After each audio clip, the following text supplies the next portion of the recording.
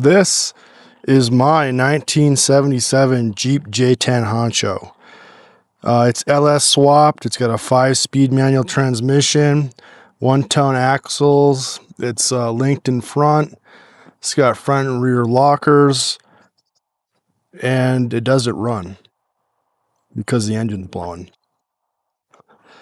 Today I'm going to show you exactly what happened, everything that's went into this build of this truck, and whether I'm fixing the LS or going to put in something completely different to finish up this build. I traded a super nice 1979 CJ7 for this Jeep Honcho. At the time, the Honcho was already LS swapped and is technically a running and driving project, but it was nowhere near finished. We finished the build, customized it, and it turned out to be the truck I wanted, and I love driving it. Now, after all the work, the engine blew. Today, I'll show you why I made the trade, everything we changed, how the engine failed, and whether trading my CJ7 was a huge mistake and wasting money, or if I think I still got a good deal. So the CJ7 that we got rid of was actually super nice. It was a 1979 CJ7 304 with a 4-speed, which made it super rare. And it had a couple other options. It had Levi's, or not, 79 didn't have real Levi's, but it had the button denim seats. It was blue, it was a Renegade, and it had the original paint.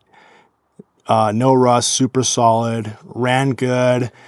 We went through the whole thing when we got it. We put air conditioning in it. We sorted out all the suspension, put new suspension, steering, kind of everything to make it into a good daily driver. And it had a really cool patina with original paint. It was I think it came out of southern Colorado, maybe even New Mexico, but great Jeep. It was blue. It was super cool. I'll show you guys a picture of it here. I had a CJ7 in high school, so I was kind of looking for another one to have in my collection of Jeeps as a daily driver.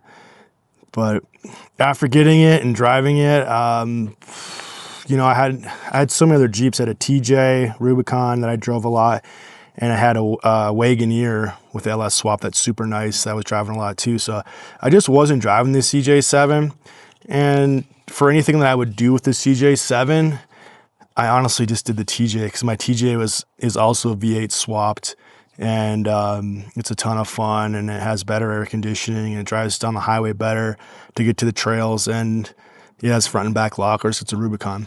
So the thing was kind of sitting, and I said, what the heck, I guess let's get rid of it and go for something different. So yeah, obviously the CJ was a great Jeep, super nice, solid, and very popular.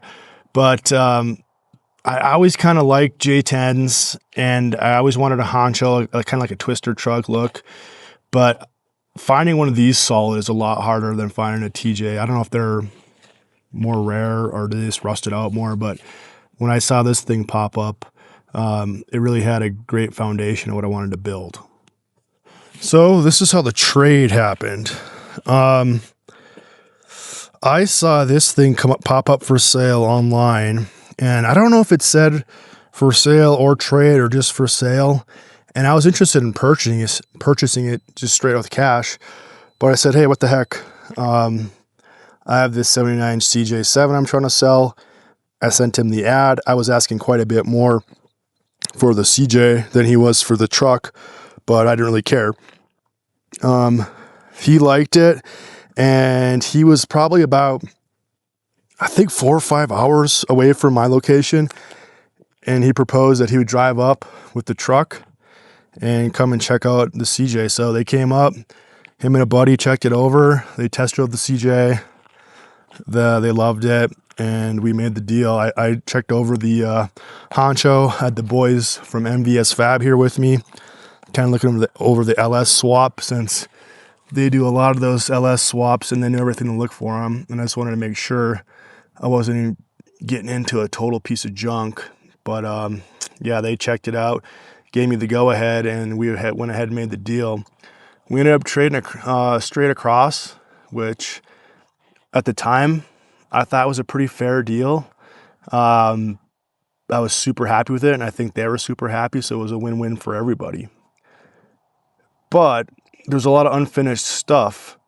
On paper, I was trading a finished CJ7 for somebody else's unfinished project. That usually isn't a great idea, but the Honcho was running and driving, and I already had most of the expensive stuff done, so I was totally in for it. I love this Jeep.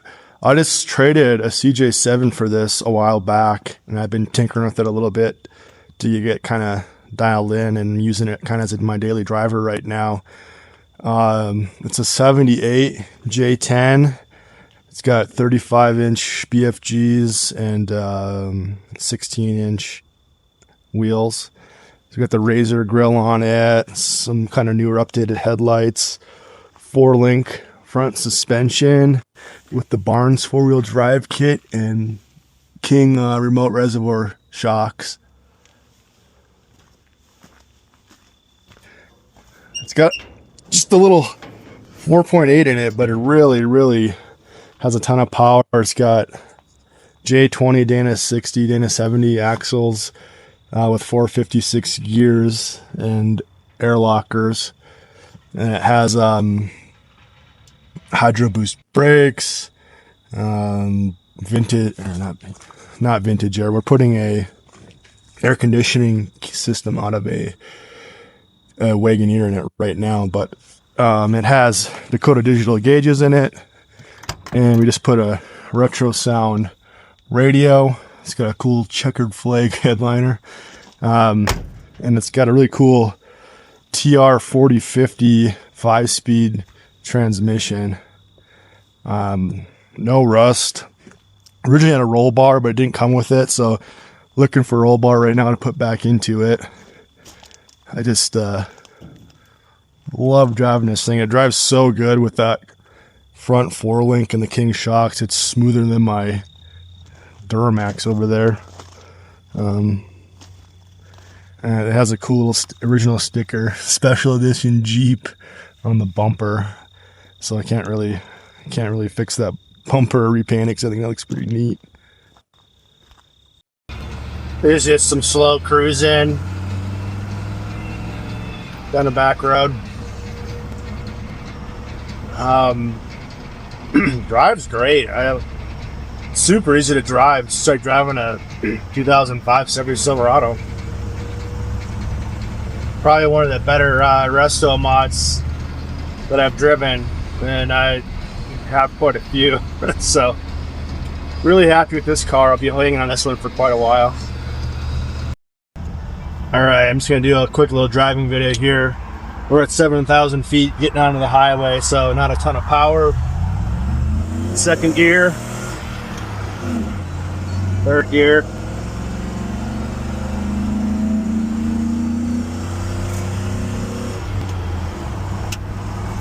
Yeah, it goes pretty good for a little 4.8 and a 77 Jeep.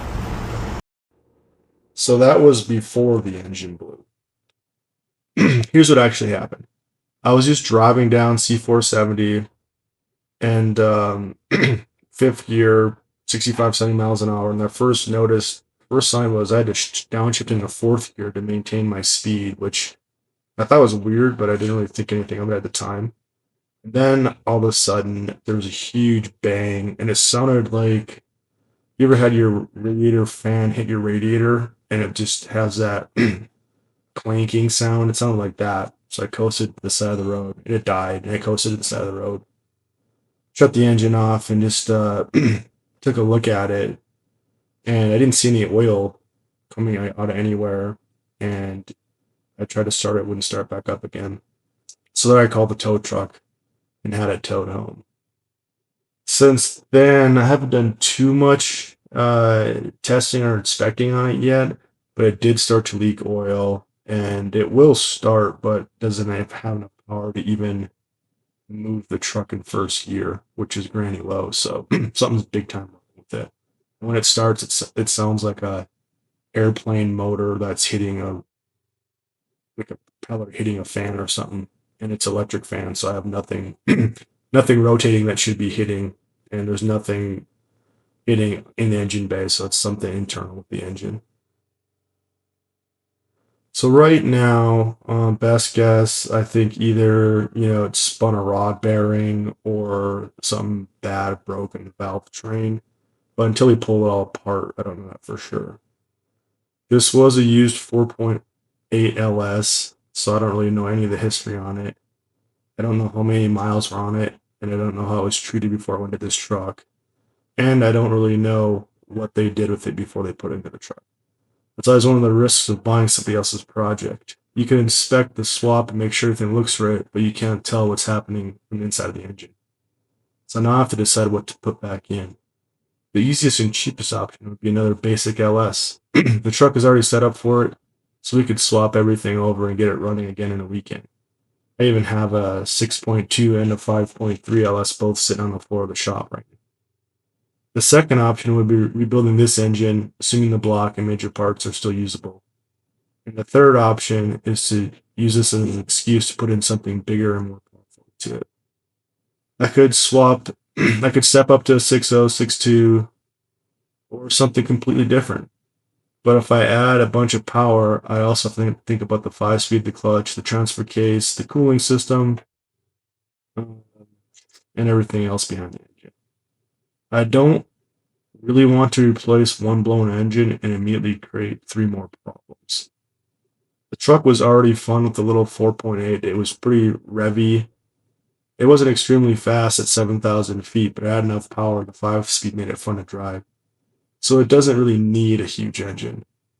But needing more power and wanting more power are 2 completely different things. Before I made that decision, we were going to pull this engine, tear it apart. I want to know exactly what failed, and I want to make sure something in the truck didn't cause it. If it's not an oiling, cooling, wiring, fuel, or tuning problem, I need to find out what else is going on before I put something else in it. So was trading the CJ7 for this Honcho a mistake now? Well, if you look at the money, keeping the CJ probably would have been the smarter move. It was finished, dependable, rust-free, and probably worth more than the Honcho when we made the trade. Then I spent more money finishing up the truck, and now it needs an engine. But I still don't regret the trade. The CJ was a great Jeep, but I still wasn't driving it. My V8 swap TJ did everything that the CJ did, and it did it all better. The Honcho is different though. They're harder to find. It has the old school truck look that I like, and once we got it all sorted out, I love driving it and will again. So no, I don't think the trade was a mistake.